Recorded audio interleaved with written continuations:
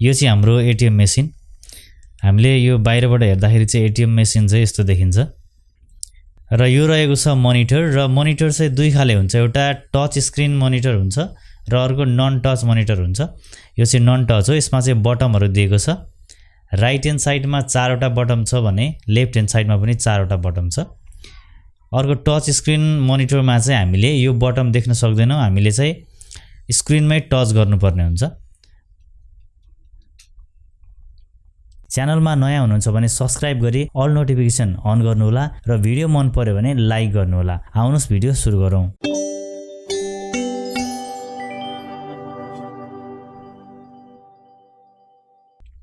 र यहाँबाट चाहिँ हामीले एटीएम कार्ड लगाउन सक्छौं र यो चाहिँ नम्बर प्याड रहेको छ र नम्बर प्याडमा चाहिँ 0 देखि 9 सम्मको नम्बर हुन्छ र 3टा बटम हुन्छ। एउटा क्लियर, अर्को क्यान्सल, अर्को इन्टर।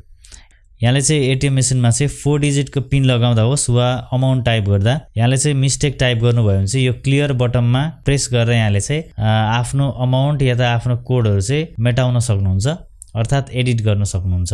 र दोस्रो रहेको छ क्यान्सल। यहाँलाई चाहिँ यहाँको ट्रान्ज्याक्सन पुरै क्यान्सल नै गर्न मन लाग्यो भने, यहाँलाई चाहिँ पैसा निकाल्न मन लागेन भने यो क्यान्सल बटममा प्रेस गर्नुपर्ने हुन्छ र यहाँको चाहिँ इन्ट्रीलाई कन्फर्म गर्नको लागि चाहिँ इन्टर बटम थिच्नुपर्ने हुन्छ। सुरुमा यहाँलाई चाहिँ 4 डिजिटको पिन माग्छ। 4 डिजिटको पिन लगाइसकेर यहाँले चाहिँ यो इन्टर बटममा प्रेस गर्नुपर्ने हुन्छ र यहाँबाट चाहिँ हामीले स्लिप पाउन सक्छौं भने यहाँबाट चाहिँ पैसा पाउन सक्छौं। अब अर्को रहेको छ नोबेल बैंकको एटीएम। राइट ह्यान्ड साइडमा 4 वटा बटम छ, लेफ्ट ह्यान्ड साइडमा पनि 4 वटा बटम रहेको छ र मुनिपट्टि कार्ड लगाउने ठाउँ छ, यहाँले देख्न सक्नुहुन्छ। र त्यसपछि नम्बर प्याड रहेको छ। नम्बर प्याड सँगसँगै यसमा ओके बटम राखिएको छ र कतिपय एटीएमहरुमा चाहिँ यसमा एक्सेप्ट भन्ने बटम पनि हुन्छ र कुनै-कुनैमा चाहिँ इन्टर भन्ने बटम पनि हुन्छ। यहाँले त्यो बटमहरुलाई चाहिँ याद गर्नु होला र यहाँबाट चाहिँ हामीले क्याश रिसिभ गर्छौं। ओके, यो रहेको छ नोबेल बैंकको एटीएम। अब सबैभन्दा महत्त्वपूर्ण कुरा भनेको चाहिँ हामीले कार्ड कसरी इन्टर गर्ने भन्ने कुरा रहेको छ।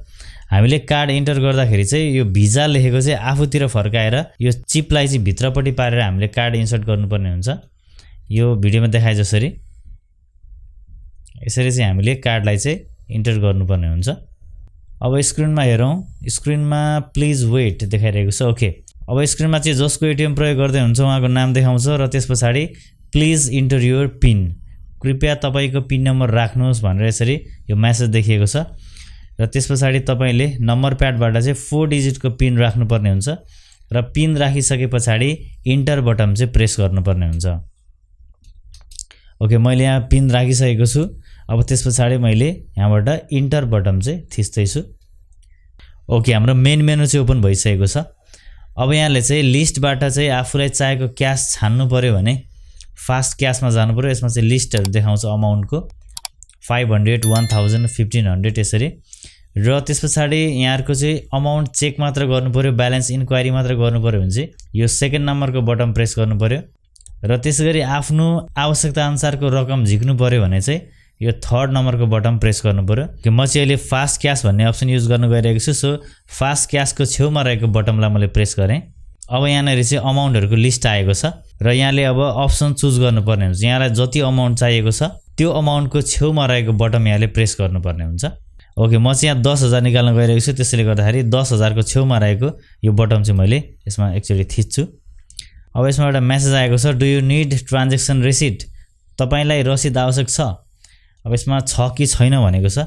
यहाँलाई चाहिँ रसिद आवश्यक पर्छ भने यस गर्नु होला, हैन भने चाहिँ नो को साइडमा रहेको बटन चाहिँ प्रेस गर्नु होला। अहिले मलाई रिसिप्ट चाहिँ आवश्यक छैन, त्यसैले मैले नो को छेउमा रहेको बटन चाहिँ प्रेस गर्दै छु।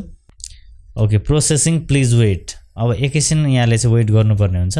अब त्यसपछि यहाँबाट तपाईले इन्टर गर्नुभएको कार्ड चाहिँ निस्किनेछ र त्यो कार्ड तपाईले लिनु होला र त्यसपछि आफ्नो अमाउन्ट चाहिँ यहाँबाट यसरी आउँछ, यसलाई कलेक्सन गर्नु होला। ओके, अब म तपाईलाई यो विथड्र अमाउन्टबाट कसरी रकम झिक्ने भन्ने कुरा देखाउन गइरहेको छु। विथड्र अमाउन्टमा क्लिक गर्दै छु म। अब त्यसपछि यहाँहरुको खाताको किसिम यहाँले चुज गर्नुपर्ने हुन्छ र नर्मली हामीले चाहिँ बचत खाता नै खोल्ने गर्छौं, त्यसले गर्दाखेरि चाहिँ सेभिङ अकाउन्टको साइडमा रहेको बटन प्रेस गरे मैले। अब त्यसपछि आफूले चाहेको अमाउन्ट चाहिँ इन्टर गर्नुपर्ने हुन्छ। मैले चाहिँ 2000 इन्टर गरेर चाहिँ त्यसपछि इन्टर बटन प्रेस गरे मैले। Do you need transaction receipt? No, मलाई रिसिट चाहिदैन। Okay, processing please wait. अब तपाईको एटीएम कार्ड चाहिँ निस्किनेछ लिनु होला त्यसलाई र त्यसपछि आफ्नो क्याश कलेक्सन गर्नु होला। ओके यसरी। अब म तपाईलाई अर्को एटीएमबाट क्याश विथड्र कसरी गर्ने देखाउन गइरहेको छु। अरु अगाडिको प्रोसेस सेम हुन्छ। अब मैले क्याश विथड्रमा गए नगद निकासीमा। अब यहाँले चाहिँ अमाउन्ट इन्टर गर्दाखेरि चाहिँ 500 ले गुना जाने, यहाँले 500 निकाल्न सक्नुभयो, 1000 निकाल्न सक्नुभयो, यसरी 1500 2000 यसरी गर्न सक्नुभयो। तर तपाईले 1200 1300 यसरी चाहिँ अमाउन्ट हाल्न पाउनुहुन्न। यहाँले चाहिँ 500 ले गुना जाने मात्र अमाउन्ट चाहिँ यसमा चाहिँ इन्टर गर्नुपर्ने हुन्छ। सो यसमा चाहिँ अमाउन्ट इन्टर गरेर कन्टिन्यूमा क्लिक गर्नु होला। यहाँ मैले इन्टर गर्दैछु। ओके 3000 इन्टर गरे। अब कन्टिन्यू लेखेको साइडको बटनमा प्रेस गरे मैले। अब यहाँहरुको खाताको टाइप मैले सेभिङ चुज गरे। अब रिसिट चाहिन्छ भनेर सोधिरहेछ, मलाई चाहिँदैन, त्यसैले गर्दा मैले नो पट्टिको बटन प्रेस गरे। अब एकैछिन वेट गर्नु भएपछि यहाँहरुको अमाउन्ट चाहिँ निस्किनेछ। ओके यहाँहरुको कार्ड चाहिँ रिसिभ गर्नु होला र त्यसपछि अमाउन्ट रिसिभ गर्नु होला। ओके अब यसैगरी मैले चाहिँ सिद्धार्थ बैंकको एटीएम लाई प्रयोग गर्न गइरहेको छु। सिद्धार्थ बैंकको एटीएम मा थोरै फरक हुन सक्छ। यो एटीएम मेसिन पनि 2-3 खाले हुन्छ। एक खालेमा के हुन्छ भने यहाँले चाहिँ कार्ड जब लगाउनु हुन्छ त्यो कार्ड चाहिँ मेसिन भित्र जान्छ र प्रोसेसिङ हुन्छ र तपाईको फाइनल टास्क जब सकिन्छ र जब तपाईको क्याश चाहिँ एटीएम मेसिनबाट निस्किने बेलामा मात्रै कार्ड चाहिँ तपाईलाई दिन्छ। यो चाहिँ एटीएम मेसिनबाट बाहिर निस्किन्छ। र अर्को हुन्छ यहाँले चाहिँ कार्ड लगाउनु मात्रै पर्छ, लगाउने बित्तिकै यसले रिड गर्छ र त्यसपछि प्लिज टेक योर कार्ड भनेर मेसेज दिन्छ। त्यो बेला तपाईले आफ्नो कार्ड चाहिँ सरक निकालेर आफ्नो पकेटमा राख्नुपर्ने हुन्छ र त्यसपछि तपाईले चाहिँ अरु टास्कहरु पिनहरु इन्ट्रीहरु लगायतका अन्य कामहरु चाहिँ गर्नुपर्ने हुन्छ। अब यसमा हामी चेक गरौँ। मैले एटीएम कार्ड लगाएँ यसमा यसरी। ओके एटीएम कार्ड मैले लाउँदै छु। अब एटीएम कार्ड लगाउने बित्तिकै यसले के भन्यो भन्दाखेरि चाहिँ प्लिज टेक योर कार्ड भन्यो। अब कार्डको जरुरत छैन, कार्ड चाहिँ रिड गरिसक्यो, कार्डको डाटा रिड गर्यो। अब एटीएम कार्डलाई चाहिँ गोजीमा राख्दा हुन्छ। अब त्यसपछि हामीले ल्याङ्ग्वेज चुज गर्नुपर्यो, इंग्लिश हो कि नेपाली। म इंग्लिश ल्याङ्ग्वेज चुज गर्दैछु। अब प्लिज इन्टर योर पिन, यहाँले चाहिँ पिन नम्बर इन्टर गर्नुपर्यो, 4 डिजिटको पिन नम्बर इन्टर गर्नुपर्यो। मैले कोड इन्टर गर्दैछु। अब त्यसपछि यहाँले चाहिँ नम्बर प्याडबाट इन्टर बटन थिच्नु परेन, यहीँनेर कन्टिन्यूको साइडमा रहेको बटन चाहिँ प्रेस गर्नुपर्ने हुन्छ। यसमा चाहिँ यो कन्टिन्यूको साइडको बटन प्रेस गर्नुपर्यो। अब त्यसपछि मेन मेन्यु आयो। अब फास्ट क्याश गरे पनि भयो, विथड्र गरे पनि भयो। अब do you want to printed advice भनेको छ, नो मलाई चाहिँ चाहिँदैन रिसिट। अब यहाँले चाहिँ यो लिस्टबाट चाहिँ अमाउन्ट चुज गर्नु पर्यो। अब म चाहिँ 10000 निकाल्न गइरहेको छु, त्यसले गर्दा 10000 को छेउमा रहेको बटन चाहिँ मैले थिच्दै छु। Okay please wait your transaction is being process. Okay यसरी चाहिँ तपाईले आफ्नो एटीएम कार्डको प्रयोग गरेर चाहिँ सजिलैसँग एटीएम मेसिनबाट पैसा निकाल्न सक्नुहुन्छ। हस्त यहाँलाई भिडियो कस्तो लाग्यो?